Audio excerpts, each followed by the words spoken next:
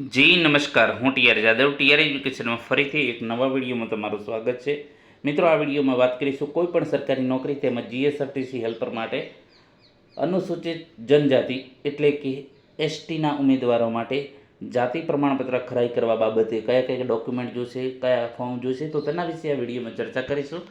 તો ચાલો મિત્રો સ્ટાર્ટ કરીએ. અહીં તમે જોઈ શકો છો કે ચકાસણી સમિતિ દ્વારા અનુસૂચિત આદિજાતિ પ્રમાણપત્રની ખરાઈ કરવા બાબત.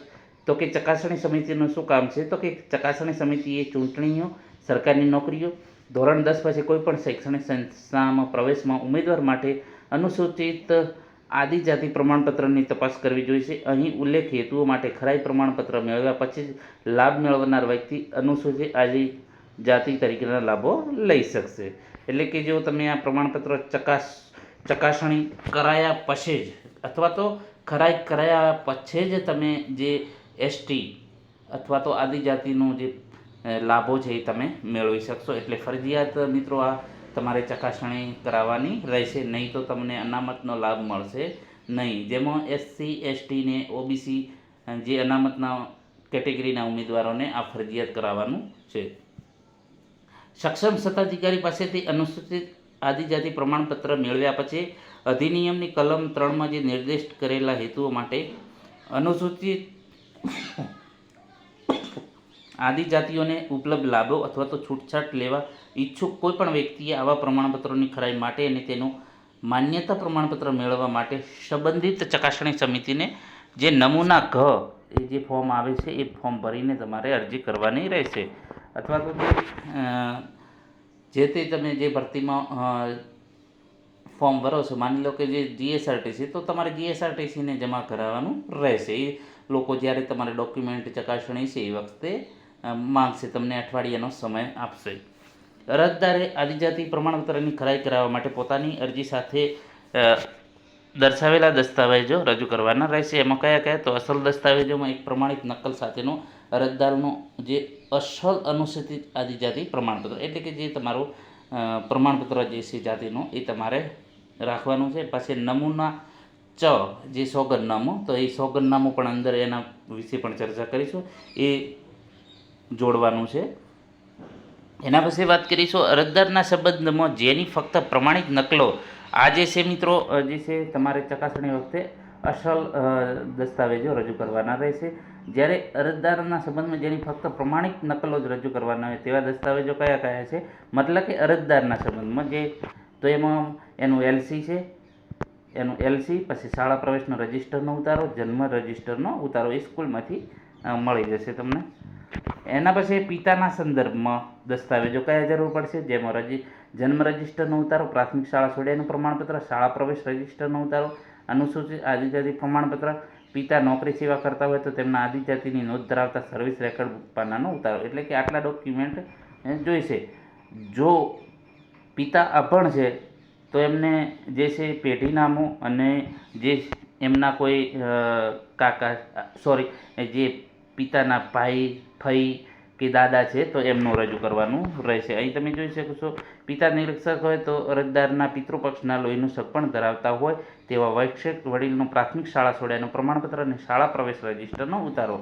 એટલે આટલું રજૂ કરવાનું રહેશે. જો પિતા અભણ હોય તો પેઢીનામું ફરજિયાત, કેમ કે એ પેઢીનામામાં ઉલ્લેખ કરવાનો હોય છે. પેઢીનામું શું છે તો એના વિશે વિડીયો આપણે હમણાં પછી બનાવીશું. જે છે નેક્સ્ટ આપણે એનો પણ પૂરેપૂરું સમજણ સાથેનો વિડીયો બનાવીશું કે પેઢીનામું શું છે, કેમ ઘટાડવાનું હોય છે. પછી બીજા અન્ય દસ્તાવેજો કયા કામમાં આવી શકે? તો મહેસૂલ રેકોર્ડના છે, પછી રાષ્ટ્રપતિ સંબંધિત હુકમની જાહેરાત થાય પહેલાં કોઈ ચોક્કસ વિસ્તારમાં કાયમી રહેઠાણ સાબિત કરતા હોય તેવા દસ્તાવેજો. પછી અરજદાર આદિજાતિ હોવાના દાવાના સમર્થનમાં જેને માન્યતા પ્રમાણપત્ર રજૂ કર્યા હોય તો નજીકના સગાના સોગંદનામા, તો આ બીજા જે તમે રજૂ કરી શકો. અરજદારે ચકાસણી સમિતિ દ્વારા માગણી કરવામાં આવે ત્યારે ખરાઈ કરવા માટે અસલ પ્રમાણપત્રો અને દસ્તાવેજો રજૂ કરવા જોઈશે. એટલે કે અરજદારે ચકાસણી સમિતિ જ્યારે માગણી કરે ત્યારે ખરાઈ માટે અસલ પ્રમાણપત્રો તમારે રજૂ કરવાના રહેશે. ચકાસણી સમિતિ દ્વારા અન્ય કોઈ દસ્તાવેજોની માગણી કરવામાં આવે તો અરજદારે અવશ્ય દસ્તાવેજો રજૂ કરવાના રહેશે. 1956ની સ્થિતિએ જે જંગલના નેસમાં કાયમી વસવાટ ધરાવતા દસ્તાવેજ પુરાવા હોય એ પણ તમે રજૂ કરી શકો છો. હવે નમૂના ઘની વાત કરીએ. જે અહીં તમે આપણે વાત કરીએ નમૂના ઘ પ્રમાણે, જે અહીં ગણ જે નમૂના ઘની, તો નમૂના ઘમાં શું હોય છે તો કે આદિજાતિ પ્રમાણપત્રની ખરાઈ માટે અનુસૂચિત આદિજાતિ પ્રમાણપત્ર ચકાસણી સમિતિને રજૂ કરવાની એક અરજીનો નમૂનો છે. બરાબર, તો અહીં આ ટાઈપનું છે જે તમારે આ જે છે આખો એનો નમૂનો છે, તો એનો PDF કરાવીને તમે એ ફોર્મ તમે ભરી અને એ રીતે તમે, તો આમાં પ્રમાણપત્રની ચકાસણી, જે પ્રતિ સભ્ય સચિવ, પ્રમાણપત્રની ચકાસણી સમિતિ, વિષય અનુસૂચિત આદિજાતિ પ્રમાણપત્રની ચકાસણીને ખરાઈ. પછી શ્રીમાન હું નીચે સહી કરનાર, અહીં તમારું નામ લખવાનું કે આદિજાતિ પ્રમાણપત્રની ખરાઈ કરવા માગું છું. મારા અનુસૂચિત આદિજાતિના દાવાના સમર્થનમાં નીચે માહિતી અને દસ્તાવેજો રજૂ કરું છું, જેની ચકાસણીને ખરાઈ કર્યા પછી મૂળ પ્રમાણપત્ર પરત કરવા વિનંતી. બરાબર, તો આ ટાઈપનું જે છે તમારે ફોર્મ ભરવાનું રહેશે. અહીં તમારું જે અરજદારનું નામ, જે ગામ, જે એડ્રેસ, પછી અરજદારના પિતાનું નામ છે, પિતા નોકરી કરતા હોય, પછી વ્યવસાય હોય, પિતાનું શિક્ષણ, પછી તમારો જે પરિવારનો વ્યવસાય હોય, અરજદાર દ્વારા કરવામાં આવેલા અનુસૂચિત જાતિ પેટા જાતિ જે હોય એનો, પછી અરજદારની માતૃભાષા બોલી. બરાબર, અરજદાર સંબંધીઓ સમુદાયની 5 અટકો લખવાની રહેશે. પછી અરજદારનું અસલ સ્થળ, તાલુકો, જો સ્થળ છોડી દીધું હોય તો ક્યારે ને કોણે શા માટે છોડ્યું એ પણ લખવાનું. પછી 6 સપ્ટેમ્બર 1950ના રોજ રાષ્ટ્રપતિના હુકમ પ્રમાણે અરજદારના પિતા દાદા રહેતા હોય તે સ્થળનું નામ, ગામ, તાલુકો એ પણ તમારે દર્શાવવાનું રહેશે.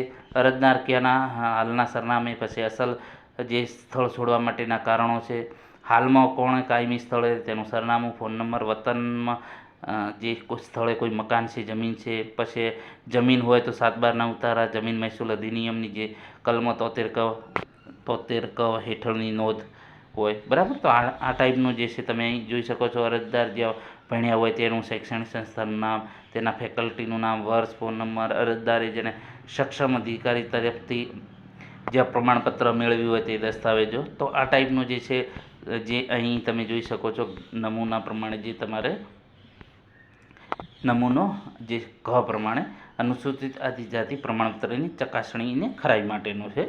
બરાબર, તો આ ટાઈપનું તમારે ફોર્મ ભરવાનું રહેશે. અહીં પાસે શિક્ષણ અભ્યાસના તબક્કા, શૈક્ષણિક સંસ્થાનું નામ, શિક્ષણનો સમયગાળો. બરાબર, પ્રાથમિક શિક્ષણ પહેલાંથી જે હોય એ માહિતી, પછી માધ્યમિક, કોલેજનું. બરાબર, પછી અરજદારના કુટુંબના જેમણે શિક્ષણ મેળવ્યું હોય, બરાબર, જેમણે પણ પિતા હોય, કાકા હોય, મોટા ભાઈ બહેન, એના નામ લખવાના. કોઈ પણ જે ભણેલું હોય છે તમારે જે રજૂ કરવાનું હોય. જો પિતા અભણ હોય તો પણ તમે એમના, તમારા કાકાનું ચાલે, મોટા ભાઈનું ચાલે, બહેન અથવા તો સગા કાકાનું, એ પ્રમાણે તમે એમનું રજૂ કરી શકો છો. ઉપરના સભ્યોમાંથી કોઈ પણ અનુસૂચિત આદિજાતિ પ્રમાણપત્ર મેળવ્યું હોય તો એનું, અથવા તો એમણે અનુસૂચિત આદિજાતિ તરીકેનો લાભ લીધો હોય, જો હા, તો એ ક્યારે ને કેવી રીતે દર્શાવવાનું રહેશે. આ જે ફોર્મ જ છે એક પ્રકારનું, આ ફોર્મ તમારે ભરવાનું રહેશે. પછી આ પહેલાં કુટુંબના કોઈ સભ્યએ અનુસૂચિત આદિજાતિની પ્રમાણપત્રની ખરાઈ કરાવી છે, જો હા, તો એનો વિગત લખવાની છે. પછી નોકરીના હેતુ માટે જે અનુસૂચિત આદિજાતિ પ્રમાણપત્રની ખરાઈ કરવાની હોય તો એ અરજદારને નિમણૂક આપતા સત્તાધિકારીનો હોદ્દો, સરનામું, એ જે પણ હોય એ તમારે અહીં લખવાનું. નોકરીના હેતુ માટે અનુસૂચિત આદિજાતિ ખરાઈ કરવાની હોય તો ચૂંટણીની માહિતી આપવી. બરાબર, તો આ ટાઈપનું તમારે ફોર્મ ભરવાનું છે. બીજી પણ વિગતો આપેલી છે. જો અરજદારની વિગતોના જે છે પ્રમાણિત નકલોમાં અરજદારનું પ્રાથમિક શાળાનું છોડ્યાનું પ્રમાણપત્ર, શાળા પ્રવેશ રજિસ્ટર, જન્મ અને મૃત્યુ રજિસ્ટરના ઉતારા, પછી જે મૂળ દસ્તાવેજોમાં પ્રમાણિત નકલ સાથે અરજદારનું અનુસૂચિત આદિજાતિ પ્રમાણપત્ર અને સોગંદનામું, જે પ્રમાણે આપણે વાત કરી.